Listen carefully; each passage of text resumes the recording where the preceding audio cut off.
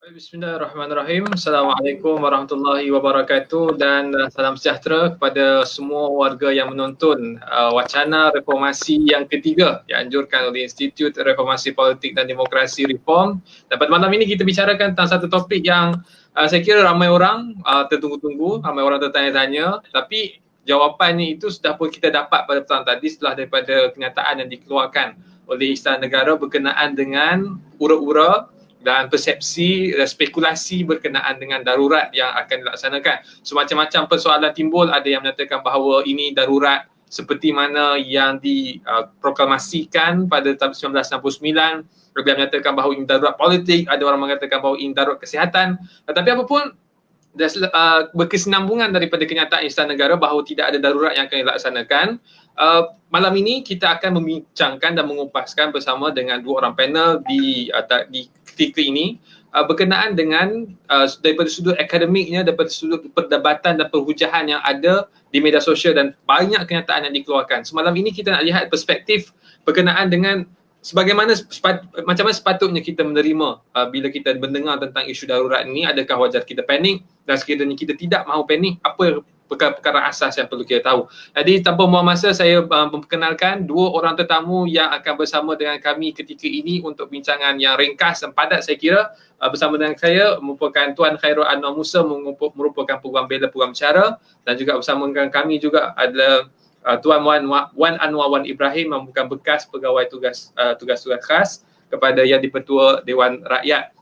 Jadi selamat datang saya ucapkan kepada dua orang tetamu kita, dan saya mulakan dahulu ya dengan Tuan Khairul Anwar berkenaan dengan darurat ini. Kita nak tahu daripada sudut perundangan dan perlembagaannya, adakah wajar ataupun bagaimana sepatutnya kita mendekati isu ini, sebab saya lihat bila kita tengok di social media, dia menjadi terlalu sensasi, dia menjadi satu yang orang anggap remeh ataupun kecil. Sedangkan bila kita isytihar darurat, dia akan melunturkan sedikit sebanyak tentang bagaimana kita boleh berpartisipasi dalam isu perundangan, isu hak asasi. Jadi untuk awal ini, Tuan Khairul Anwar, berkenaan dengan darurat daripada sudut perdebatan yang berlaku di kalangan peguam bela dan peguam bicara di seluruh negara. Silakan. Ya, terima kasih Saudara Irfan.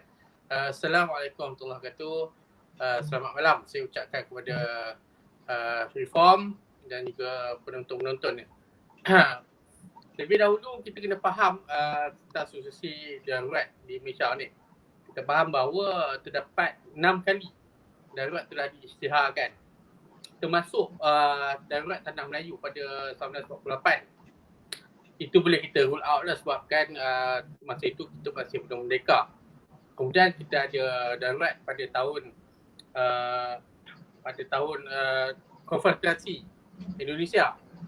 Dan kemudian kita ada darurat semasa krisis Menteri Besar, Ketua Menteri di Sarawak, dan juga darurat ketika di Kelantan, dan beberapa lagi darurat yang berlaku selepas itu. Jadi kita perlu lihat pada petang tadi, Menteri Yang Maha Mulia Sri Paduka Baginda Yang di-Pertuan Agong telah mengisytiharkan bahawa tiada darurat akan dilakukan pada negara kita, dan tiada keperluan. Kita lihat disebutkan dalam press statement yang di-Pertuan Agong, disebutkan bahawa perkara 150, artikel 1501, 1502B disebutkan dalam press statement yang di-Pertuan Agong, di mana 150 ni memberikan kuasa kepada Yang di-Pertuan Agong untuk memproklamasikan ataupun mengisytiharkan darurat bagi ketiga-tiga perkara, iaitu keselamatan, kehidupan ekonomi ataupun ketenteraman awam. Kita boleh lihat isu mungkin permintaan Tan Sri Muhyiddin Yassin, Perdana Menteri Malaysia sekarang ni, diletakkan di bawah isu ketenteraman awam ataupun keselamatan. Keselamatan bermaksud bahawa kesihatan tu mungkin diletakkan sebagai sebahagian daripada keselamatan. Melihatkan kes COVID yang semakin meningkat, itu mungkin permintaannya. Tetapi tak tahulah, mungkin sebabkan perkara lain. Wallahualam, kita tak tahu. Tapi adakah maknanya memang darurat tu ada boleh pilih mana nak darurat yang asal daripada 3 option itu, ataupun memang disebut darurat dia memang absolutely menyerahkan kerajaan kepada Yang di-Pertuan Agong? Ya, betul. Ini adalah permintaan sekiranya Sri Paduka Baginda Yang di-Pertuan Agong merasakan perlunya satu measure ataupun satu pengawalan darurat, Yang di-Pertuan Agong boleh mengisytiharkan darurat berdasarkan ketiga-tiga perkara tersebut. Boleh dipilih ataupun boleh dilihat dari satu segi ke satu segi. Tetapi perlulah keselamatan, isu keselamatan ni, isu kesihatan ni mendesak. Maksud mendesak adalah tak boleh dikawal. Tak boleh dikawal langsung oleh kerajaan yang ada sekarang kerana beberapa faktor yang berlaku, maka darurat perlu dilaksanakan supaya boleh mengawal penularan penyakit ataupun mengawal pergerakan masyarakat di Malaysia ni. Itu kena mendesak. Jika dilihat Sri Paduka Baginda Yang di-Pertuan Agong melihat 150 tak perlu lagi untuk diisytiharkan darurat, disebabkan kita lihat bahawa memang betul meningkatnya kes COVID selepas pilihan raya negeri Sabah, tetapi seperti yang dimaklumkan ataupun diberitahu oleh Tan Sri DG ataupun Tan Sri Ketua Pengarah Kesihatan, kes-kes banyak menular di Sabah, di Kuala Lumpur dan juga beberapa tempat lagi di Kedah. Banyaknya di sana.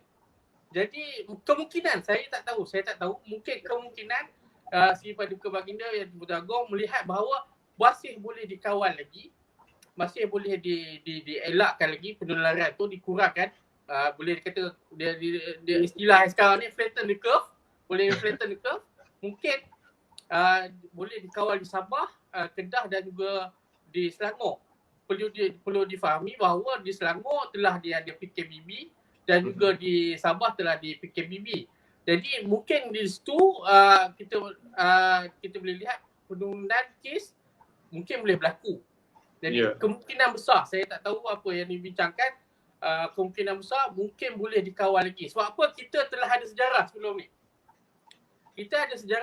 Pada Mac 2020 kerajaan melaksanakan PKP, Perintah Kawalan Pergerakan, selama hampir 3 bulan dan berjaya menurunkan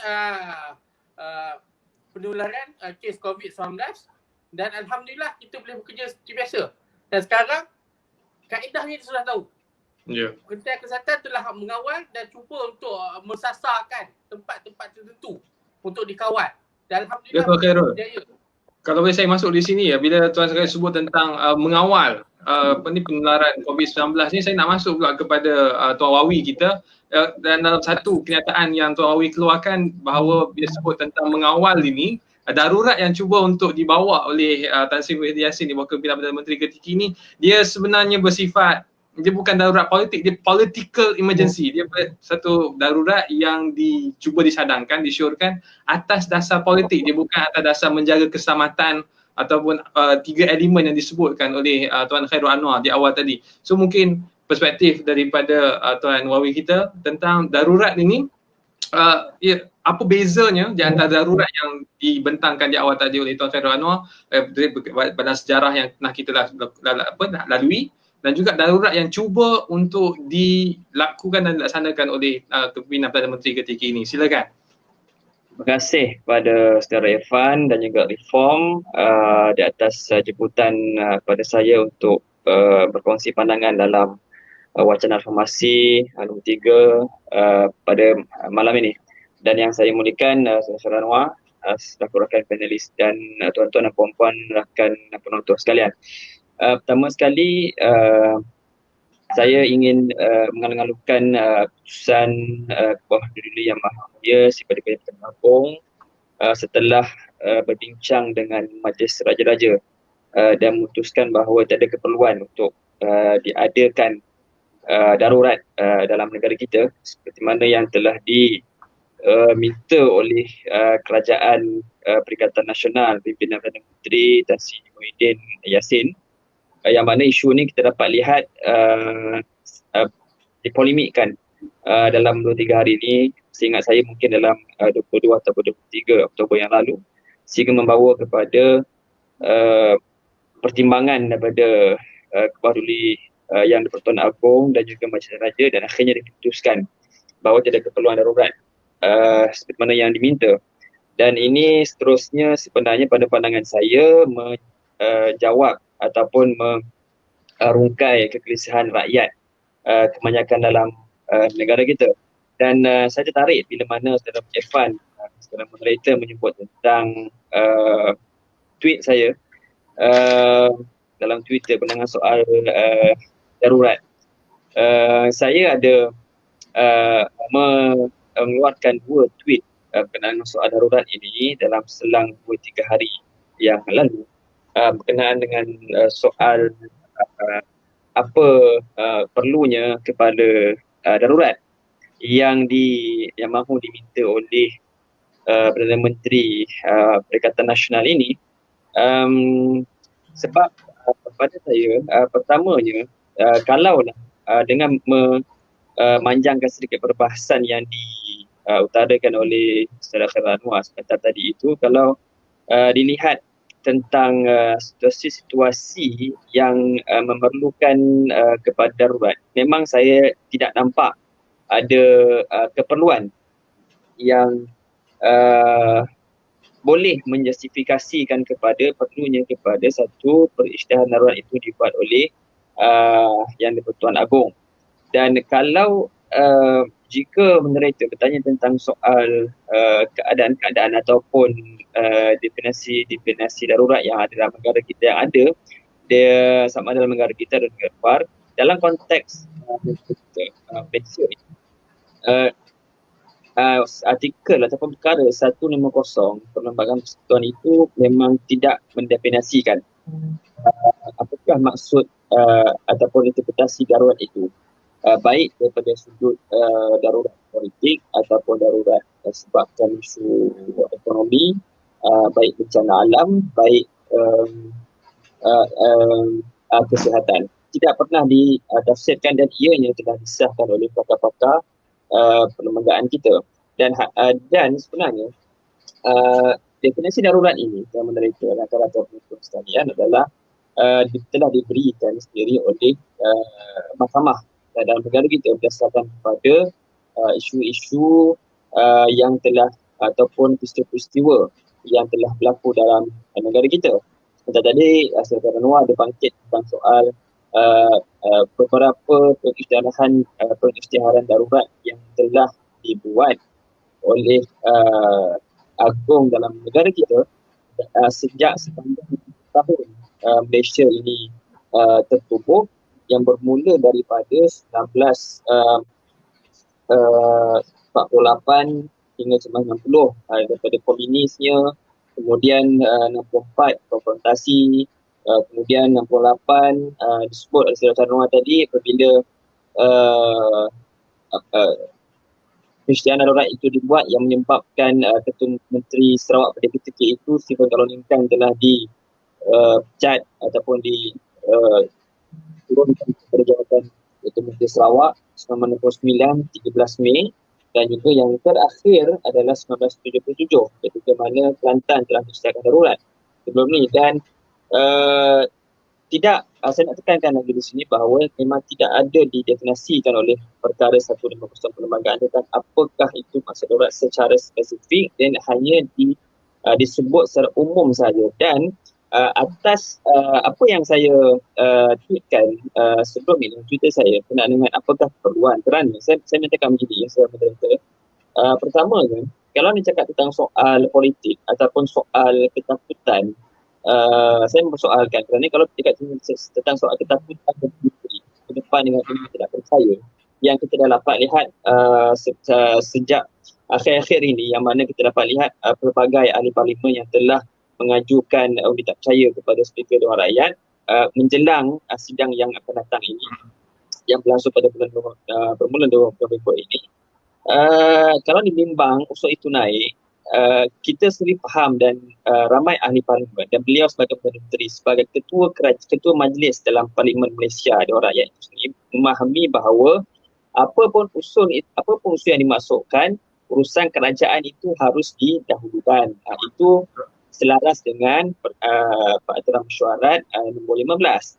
Dan kemudian maksudnya tidak timbul soal kalau beliau takut daripada segi politik tentang ancaman unit tak percaya itu. Yang kedua saya menderita adalah kalau dikatakan tentang ekonomi, kita pun dipahamkan bahawa ni dalam laporan-laporan media bahawa menyatakan bahawa, saya bagi simple contoh yang mudah, iaitu dikatakan bahawa ringgit sudah mengukuh.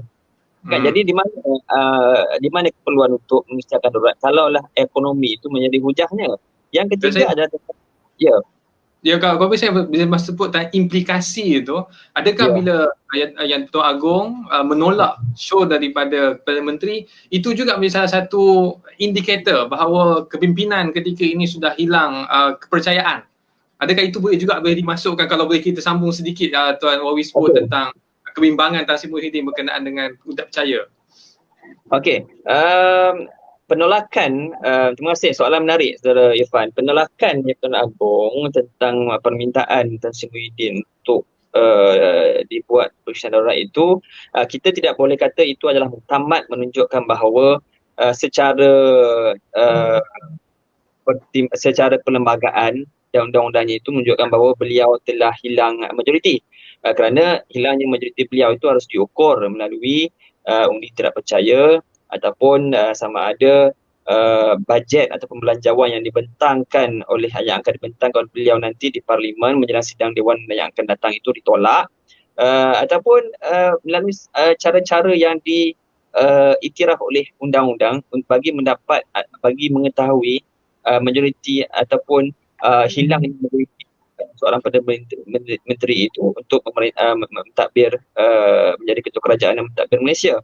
Jadi pada saya itu belum dikatakan muktamad bahawa beliau telah hilang majoriti, tetapi daripada bila kalau saya boleh kualifikan apa yang saya menderita maksud tentang bercakap tentang soal hilang majoriti itu, kalau bercakap tentang kredibiliti, ya, kemungkinan hilang kredibiliti beliau apabila ditolak permohonannya untuk diisytiharkan darurat oleh saya menambah sedikit dua lagi tadi Saudara Irfan, maaf, sebagai pengakhiran jawapan saya.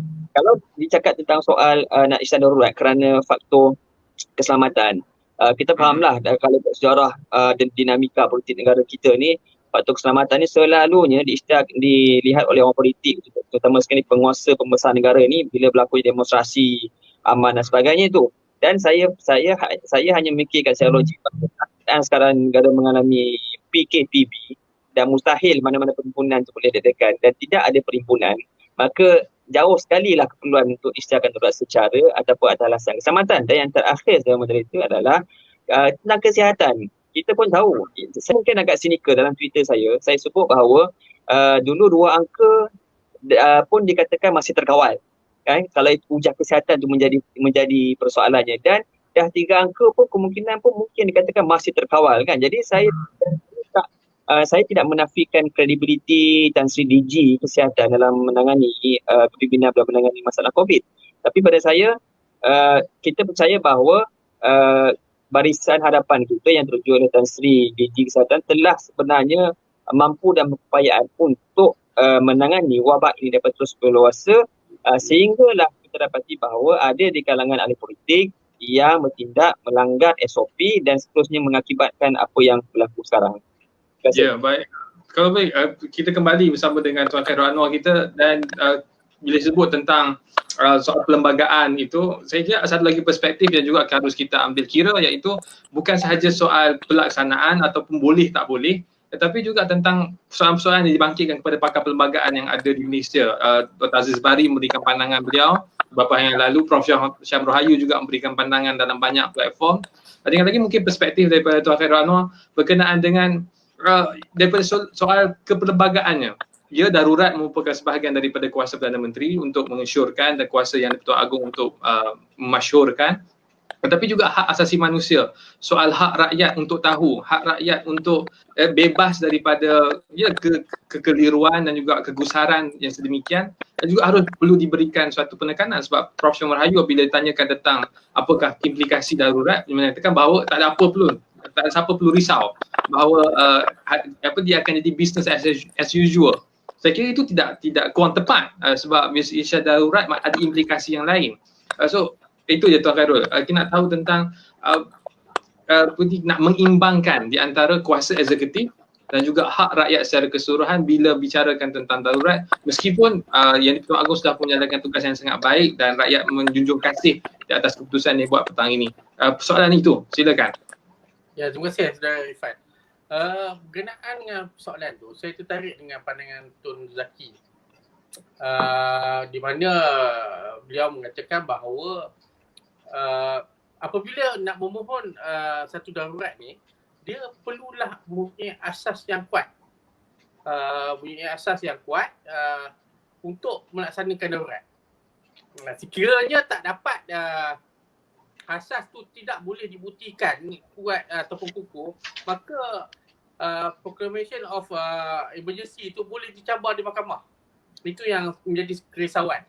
Adakah Tan Sri Muhyiddin Yassin apabila dia mempersembahkan kepada si Paduka Baginda Yang di-Pertuan Agong berkenaan dengan darurat kesihatan ataupun darurat politik yang kebanyakan netizen cakap, adakah angka yang diberikan kepada si Paduka Baginda Yang di-Pertuan Agong tu berbeza dengan angka yang berada yang diumumkan di media arus perdana? Itu persoalannya. Adakah ia satu yang kukuh? Sekiranya tak kukuh boleh dicabar. Walaupun kita tahu bahawa panjang cerita bila pergi ke mahkamah ni, dia panjang cerita lah. Perlu pergi bicara dan sebagainya. Cuma adakah darurat yang katalah dimohon tu berjaya didapat? Adakah dia akan mengganggu gugat ekonomi? Adakah akan mengganggu gugat kehidupan sosial masyarakat dan sebagainya? Kita ambil pada tahun 2019, 2017, 2015 dan 2013 apabila diisytiharkan darurat jerbu disebabkan daripada Indonesia pembakaran terbuka dan sebagainya, jerbu dekat datang ke Malaysia. Waktu ketika itu memang ada darurat jerbu. Tetapi kehidupan dan ekonomi berjalan seperti biasa. Jadi kerisauan kita apabila sekarang ni, kalau ada darurat kesihatan, adakah dia akan memberi impak kepada ekonomi? Kita tahu bahawa keadaan ekonomi semakin teruk, pasar saham menjunam. Kita lihat bagaimana negara-negara di luar pun ekonomi makin teruk. Adakah dia akan memberi kesan? Apabila kita isytihar darurat ataupun negara kita dalam keadaan darurat, pelabur-pelabur kemungkinan besar akan lari daripada melabur di Malaysia. Itu satu persoalan yang perlu dikaji secara terperinci.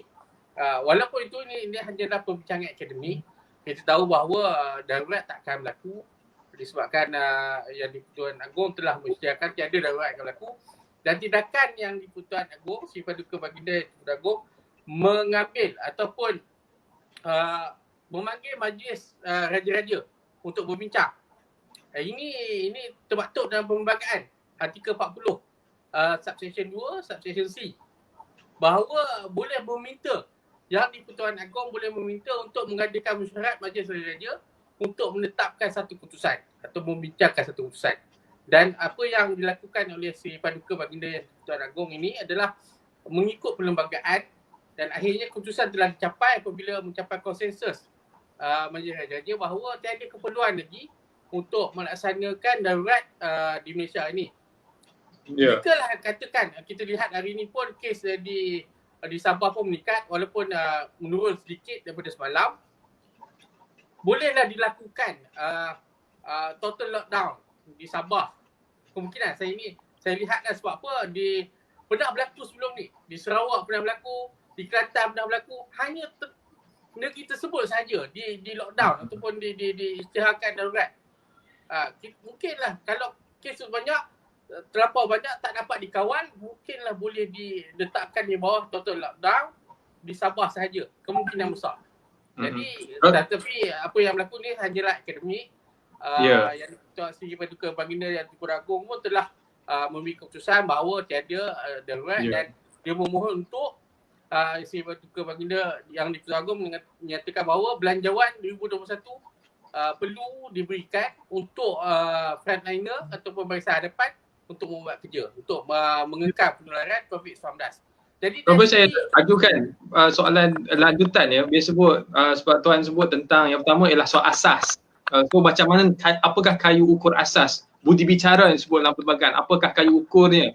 Siapakah yang, maksudnya nak pastikan bahawa bila kita gunakan budi bicara, kita berikan kuasa dan ruang untuk untuk buat keputusan secara rasional, dia tidak berpihak kepada satu golongan sahaja. Dia sepatutnya memberi kesan kepada rakyat dan beri manfaat dan kebaikan yang lebih meluas.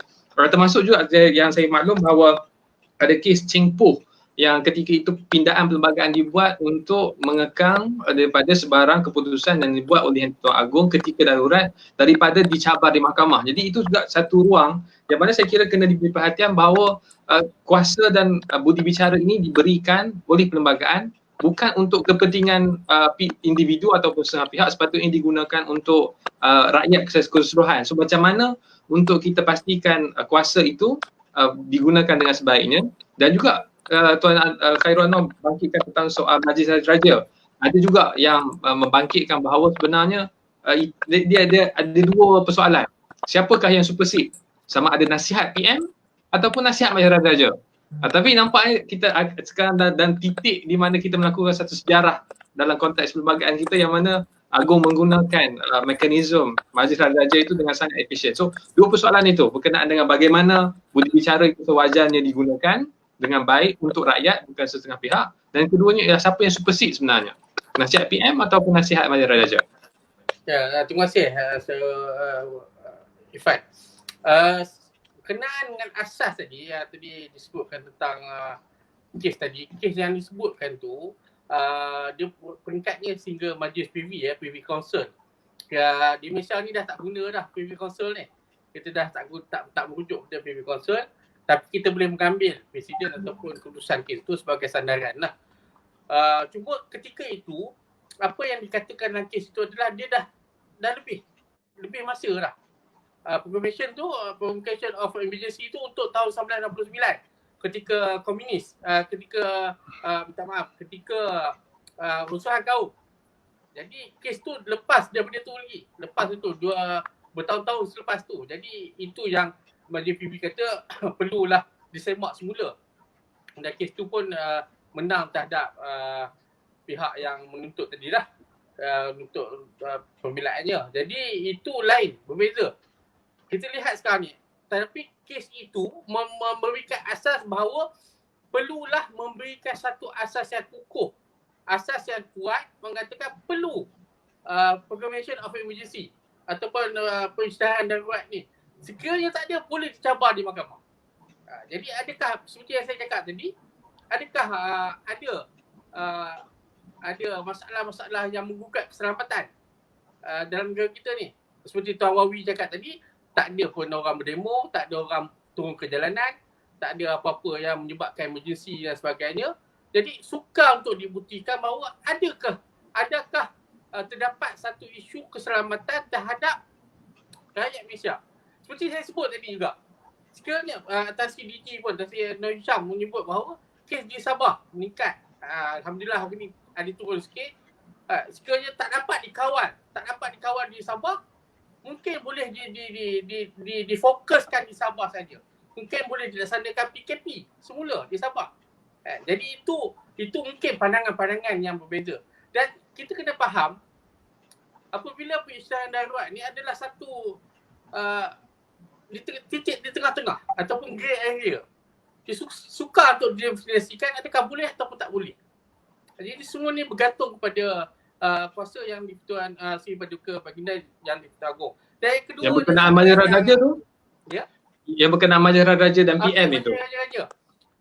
Kena faham bahawa perisytiharan darurat ni adalah kuasa prerogative rights yang di-Pertuan Agong, Sri Paduka Baginda Yang di-Pertuan Agong.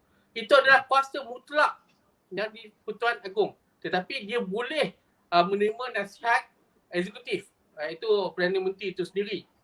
Tak ada masalah, dan dia dan Sri Paduka Baginda yang di-Pertuan Agong boleh memanggil Majlis Raja-Raja untuk membincangkan sebelum membuat keputusan. Itu adalah kuasa dia. Ini peristiharaan darurat ni bukan kuasa Perdana Menteri. Ia adalah kuasa Sri Paduka Baginda yang di-Pertuan Agong. Jadi apabila soalan Ifan tadi bahawa siapa supersede siapa? Tak ada siapa supersede siapa. Kuasa itu adalah kuasa yang di-Pertuan Agong. I see. Itu adalah prerogative rights kepada yang di-Pertuan Agong. Ya, terima kasih Tuan Khairul. Kalau kita boleh masukkan kepada Tuan Wawi ya. Ada soalan di Facebook ketika ini yang menanyakan tentang adakah ini kali pertama yang di-Pertuan Agong tolak permohonan darurat daripada Perdana Menteri. So mungkin boleh berikan sedikit insight. Adakah ini kali pertama dalam sejarah apabila yang Pertuan Agong, ya biasanya kita tahu bahawa Agong tidak ada option yang terlalu luas dan yang relax ya, sebab yang Tuan Agong subject to advice proper Prime Minister. Jadi adakah ini kali pertama berlaku dalam sejarah negara kita? Okey, soalan sangat menarik. Terima kasih Saudara Irfan. Dan kita ni kalau kita nak kita harus sedar bahawa yang diguna pakai oleh perlembagaannya adalah istilah apabila yang di-Pertuan Agong itu dia satisfied ataupun dia berpuas hati bahawa wujudnya keadaan yang mengharuskan atau mewajibkan pengisytiharan darurat itu dibuat. Dan kalau jika secara menderita kita imbau balik kepada sejarah berlakunya pengisytiharan darurat kita sepanjang 60 tahun yang saya sebut di awal tadi itu, daripada 48 sehingga 1977, ditambah pula dengan darurat-darurat bencana yang dikupas oleh Saudara Khairul Anwar tadi itu jelas menunjukkan bahawa wujudnya keperluan untuk pengisytiharan darurat itu dibuat oleh Yang di-Pertuan Agong. Dan kalau ditanya tentang soal adakah ini kali pertama berlaku, mungkin saya salah. Kalau saya salah mungkin Saudara Khairul Anwar boleh betulkan fakta itu, rakan-rakan yang menonton boleh betulkan fakta saya bagi mereka yang ahli. Pada saya ini merupakan yang setahu saya adalah kali pertama lah yang pengisytiharan darurat itu ditolak oleh Yang di-Pertuan Agong hanya kerana, dan saya bersetuju bahawa tidak ada asas untuk yang mendesak supaya pengisytiharan darurat itu dibuat oleh Baginda Yang di-Pertuan Agong. Jadi sudah tentu ini satu alasan yang kuat kerana mengapa Yang di-Pertuan Agong itu mengambil keputusan setelah dirunding dengan Majlis Raja itu untuk menolak permintaan supaya pengisytiharan darurat itu dibuat. Kalau boleh saya tanyakan juga tentang peranan parlimen. Adakah ketua-ketua institusi utama dalam kerajaan kita, the expression of power, the branches of government, ketua hakim negara, speaker Dewan Rakyat dan juga Perdana Menteri, adakah ada ruang untuk peranan ketua hakim negara dan juga yang di-Pertua Dewan Rakyat dan Dewan Negara untuk turut sumbang saran dan memberikan nasihat ataupun saranan berkenaan dengan hal-hal yang seperti ini, soal darurat ini? Adakah parlimen boleh mainkan peranan berfungsi? Sebab kita tahu bahawa parlimen merupakan institusi yang ditubuhkan atas mandat seluruh rakyat Malaysia. Okey, kita kena faham gini, saudara menderita, kuasa darurat itu telah diberikan oleh Perlembagaan Persekutuan, dan parlimen itu adalah satu institusi yang mana terlibat dalam menggubal undang-undang yang mahu dilaksanakan dalam negara kita. Dan ketika mana apabila satu pengisytiharan darurat itu dibuat atau dikeluarkan oleh Yang di-Pertuan Agong, kita dapat lihat bahawa parlimen itu sebenarnya, yang ramai mungkin yang mereka yang tidak faham bahawa institusi parlimen itu sebenarnya masih lagi berfungsi. Kalau kita lihat perkara 150 itu pun jelas menunjukkan bahawa ada disebut bahawa parlimen itu dalam keadaan tertentu itu masih boleh untuk berperanan dalam mengeimbangi keadaan-keadaan apabila berlakunya darurat itu dalam negara kita. Jadi saya melihat bahawa parlimen itu adalah masih lagi relevan dalam keadaan walaupun satu pengisytiharan itu dibuat dalam negara kita. Okey, bercakap tentang soal satu lagi cabang ataupun badan yang terdapat dalam sistem pengasingan kuasa dalam negara kita, iaitu Badan Mahkamah yang diketuai oleh seorang ketua hakim negara itu.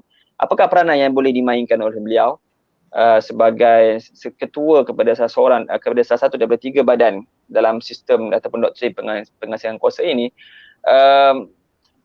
Dia sebenarnya sangat sedikit peranan yang boleh dimainkan oleh parlimen, kerana jelas dalam perlembagaan itu disebut, perkara 150 itu menyebut bahawa sebarang pengisytiharan darurat itu tidak boleh dicabar oleh mana-mana mahkamah. Jadi dia seolahnya menunjukkan bahawa peranan mahkamah itu sangat terhad bila mana kita bercakap tentang soal apabila pengisytiharan darurat itu dibuat oleh yang di-Pertuan Agong. Tetapi kita harus tahu juga bahawa, dan kita harus faham, dan mungkin ramai di kalangan kita sendiri selaku pengamal undang-undang, kadang-kadang tu kita keliru dengan bagaimana sesuatu proses untuk mengisytiharkan darurat itu dibuat oleh yang Pertuan Agong. Betul, dianya dibuat atas nasihat Perdana Menteri mengikut kepada perkara 40/1 Perlembagaan Persekutuan, dan kuasa untuk mengisytiharkan darurat itu memang kita jelas dan faham bahawa adalah kuasa mutlak untuk isytihar darurat, kuasa mutlak seorang yang Pertuan Agong. Tetapi ada yang berhujah yang saya tertarik, ada yang berhujah secara undang-undang menyebut bahawa sebenarnya apabila dikatakan bahawa kuasa untuk isytihar darurat itu adalah dibuat oleh Yang Pertuan Agong berdasarkan kepada nasihat yang diberikan oleh menteri ataupun jemaah menteri itu, sebenarnya boleh dicabar. Dalam konteks apa? Dalam konteks sebenarnya kita bukan mencabar perisytiharan yang dibuat oleh Agong, tetapi proses iaitu nasihat yang dibuat oleh jemaah menteri itu yang kita boleh cabar. Okey? Dan ini telah disahkan dalam kes undang-undang yang pernah diputuskan oleh mahkamah kita, iaitu Indira Gandhi lawan Pengarah Jabatan Agama Islam Negeri Perak 2018. Dalam apa yang dinyatakan dalam putusan mahkamah dalam kes ini secara menderita bahawa kuasa kehakiman ataupun judicial power yang diberikan oleh diberikan kepada mahkamah yang merupakan sebahagian daripada struktur asas ataupun basic structure, doctrine of basic structure perlembagaan, yang termasuk dalamnya juga adalah supervisory jurisdiction ataupun bidang kuasa semakan bagi menyemak sebarang keputusan dan tindakan yang dibuat oleh kabinet ataupun pihak eksekutif. Jadi di situ dalam konteks kita nak mencabar atau mempersoalkan proses nasihat yang dibuat oleh menteri kepada Agong itu peranan yang boleh dimainkan oleh mahkamah untuk menyemak. Di akhir ini, Tuan Awi, kehadapan, moving forward, apakah yang sewajar rakyat secara keseluruhan lakukan? Adakah sudah tiba masanya untuk kita mengasah semua instrumen dan mekanisme perundangan yang ada sekiranya kita sudah berhadapan dengan satu kejutan berkenaan dengan pelantikan baharu yang di-Pertuan Dewan Rakyat, kita dikejutkan dengan perubahan kerajaan, kita dikejutkan dengan beberapa isu-isu perundangan yang saya kira fundamental dalam masa kurang daripada setahun. Jadi saya kira rakyat perlu lebih inform, rakyat perlu rasa lebih tahu dan bersedia. So kehadapan ini moving forward, apakah wajar yang kita lakukan? Kita harus begini secara Irfan, kita harus rakyat Malaysia apabila berdepan dengan situasi-situasi begini, pertama sekali melibatkan soal undang-undang dan perlembagaan itu, kita harus lebih cakna daripada segi kemampuan dan keupayaan kita untuk memahami bagaimana undang-undang itu dibuat. Yang mana bila saya cakap tentang keperluan untuk memahami undang-undang itu, kita harus berbalik kepada punca kuasa undang-undang itu sendiri. dalam konteks yang tertinggi dalam negara kita ni adalah perlembagaan persekutuan.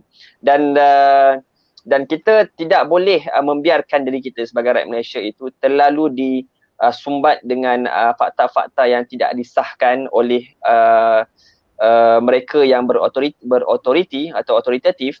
Dan seharusnya di sini golongan-golongan seperti golongan cendekiawan, golongan pengamal undang-undang itu harus mengambil peranan untuk memahamkan rakyat dalam bahasa yang sangat mudah untuk difahami mereka dalam memahami undang-undang itu sendiri. Jadi saya sangat percaya bahawa dalam dunia yang mengalami ledakan maklumat pada hari ini, saya percaya bahawa dan dalam keadaan kita sekarang ni rakyat Malaysia sebahagian besarnya adalah mereka yang sangat celik pada maklumat dan boleh mendapat akses pada maklumat dengan lebih mudah, dan adanya wacana forum secara fizikal ataupun webinar yang seperti yang buat reform ini itu sangat penting sebenarnya untuk kita bagi kefahaman kepada rakyat tentang satu isu, dan harus lebih diaktifkan lagi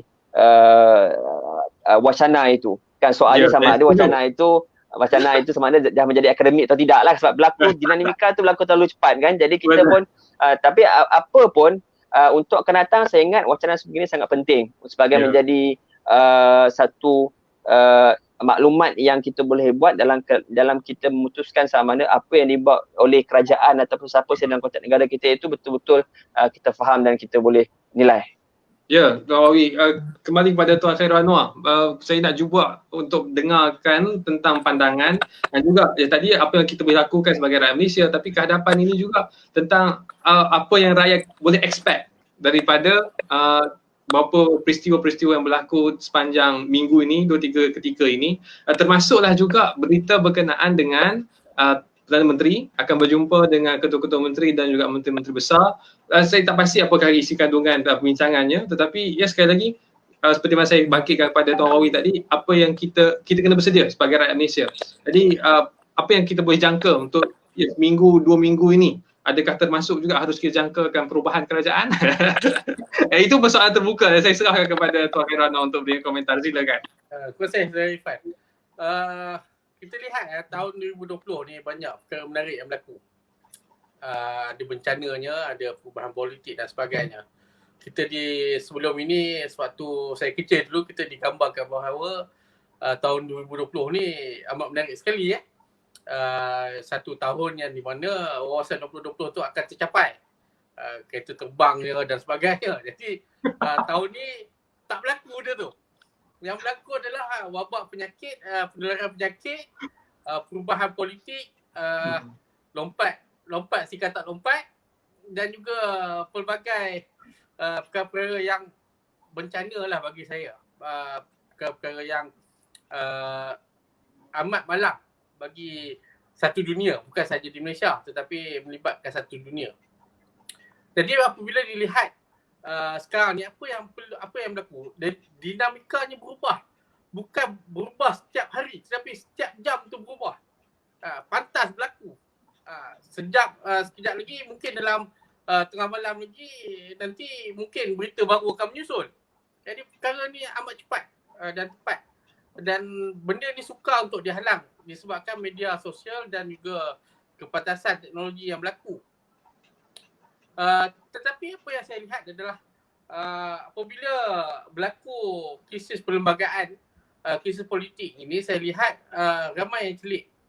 Ramai masyarakat ingin mengetahui apakah 150 ni, artikel 150 ni apa berlaku. Adakah ada PM interim? Adakah apa yang berlaku? Bolehkah dia pegang kuasa, Perdana Menteri pegang kuasa sehingga 2-3 tahun? Ramai yang ingin tahu. Tahun ini adalah tahun yang memberikan banyak maklumat kepada masyarakat di Malaysia ni. Tak terkecuali juga ada yang buat-buat tahu. Ada yang netizen yang hampan buat-buat tahu bahawa dia tahu semua benda. Dia tahu pasal perlembagaan, dia tahu PM ni boleh tak buat kuasa, ketua pemangkang boleh jadi PM ke tak dan sebagainya. Ini yang berlaku. Jadi apa yang saya harap adalah selepas ni kepada netizen, kepada semua pihak, datang join ataupun dengarkanlah webinar ataupun seminar berkenaan dengan politik ini untuk mengetahui apa yang betul, apa yang tak betul berdasarkan fakta yang sahih. dan jangan dipercayakan dengan fakta-fakta yang tak berapa betul.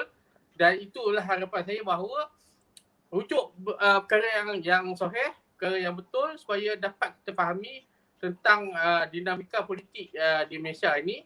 Dan apa yang saya boleh expect untuk 2-3 minggu lagi. Kita tahu bahawa November ini akan ada sidang parlimen untuk pembentangan bajet. Jadi mungkin satu perkara yang agak kritikal bagi kerajaan yang ada sekarang untuk mendapatkan sokongan.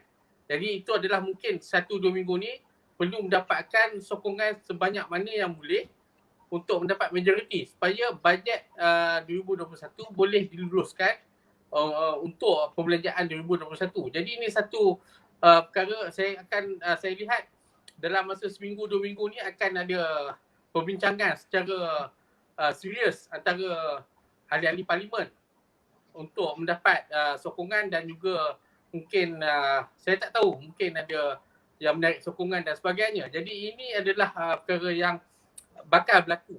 Saya jangkakan bakal berlaku dalam masa 2 minggu ni. Dan besok Tan Sri Muhyiddin Yassin telah panggil Ketua Negeri, minta maaf Menteri Besar dan Ketua Menteri untuk datang bermesyuarat dengan Perdana Menteri. Jadi saya tak tahu apa yang akan dibincangkan. Mungkin juga akan diperkatakan tentang mungkin juga akan dibincangkan tentang apakah perlu dilakukan untuk setiap negeri dan sebagainya. Saya tak tahu. Mungkin ini adalah perbincangan biasa. Tak tahu. Kita tak tahu apa yang berlaku besok. Dan kita boleh jangkakan any kind of expectation kita boleh jangkakan dalam masa 2 minggu ni. Mungkin perubahan kepimpinan negara, kita tak tahu.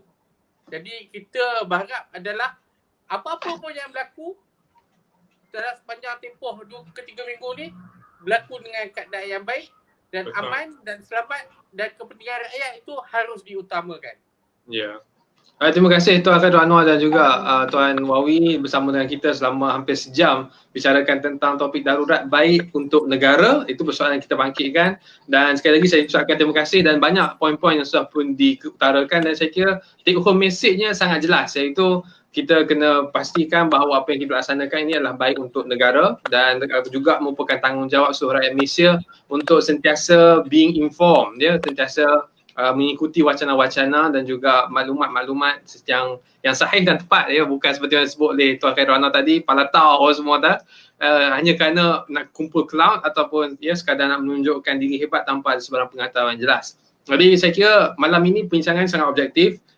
Reform bukan dalam usaha untuk membawa sebarang gerakan yang bersifat radikal. Sebaliknya kita nak pastikan bahawa rakyat diberikan ruang yang sama untuk mengetahui apakah yang berlaku di peringkat tertinggi dalam politik negara, dan persiapan-persiapan yang sewajarnya kita lakukan sebagai seorang rakyat di sebuah negara yang demokratik. Kita kena sentiasa update dengan pengetahuan isu perundangan, kerana akhirnya negara ini negara kita. Setiap daripada kita ada tanggungjawab, dan setiap daripada kita ada peranan yang mesti dimainkan, walaupun tanpa jawatan, walaupun bukan dalam parti politik, kerana negara ini negara kita bersama. Dan akhirnya pastinya kesimpulan yang jelas ialah kita menghormati semua kuasa-kuasa yang telah pun diperuntukkan atau maktub dalam perlembagaan kepada semua individu dan entiti yang ada, termasuklah Perdana Menteri, Yang di-Pertuan Agong, dan di akhirnya kita mengharapkan supaya dengan perlembagaan ini negara kita boleh maju ke hadapan dengan lebih baik, kita boleh mengatasi COVID-19 dan kita boleh mengatasi kriminal politik yang berlaku hari ini, dan merupakan juga tanggungjawab kita untuk memainkan peranan supaya apa yang berlaku dalam negara ini bukan dikawal oleh sesetengah individu sahaja. Rakyat harus mainkan peranan seperti mana disebut oleh Tuan Wawi tadi. Rakyat harus terlibat dan berpartisipasi secara aktif, bukannya menjadi penonton sahaja. Dan sekian daripada kami di dekat Institut Reformasi Politik dan Demokrasi. Terima kasih kerana setia bersama kami, dan ikuti terus perbincangan dan wacana berkenaan dengan demokrasi negara dan isu-isu semasa, dan momentum ini akan kita teruskan untuk memastikan bahawa semua orang diberikan peluang dan anda tahu tentang apakah yang berlaku, dan anda tahu tentang apakah anda perlu lakukan sekiranya berbangkit isu-isu yang sama pada masa-masa akan datang. Sekian daripada kami. Wassalamualaikum warahmatullahi wabarakatuh. Kami doakan supaya anda selalu selamat, pasti ikut SOP, terus jaga kesihatan sehingga kita boleh putuskan rantai COVID-19. Dan terima kasih kepada semua kerana bersama kami sekali lagi.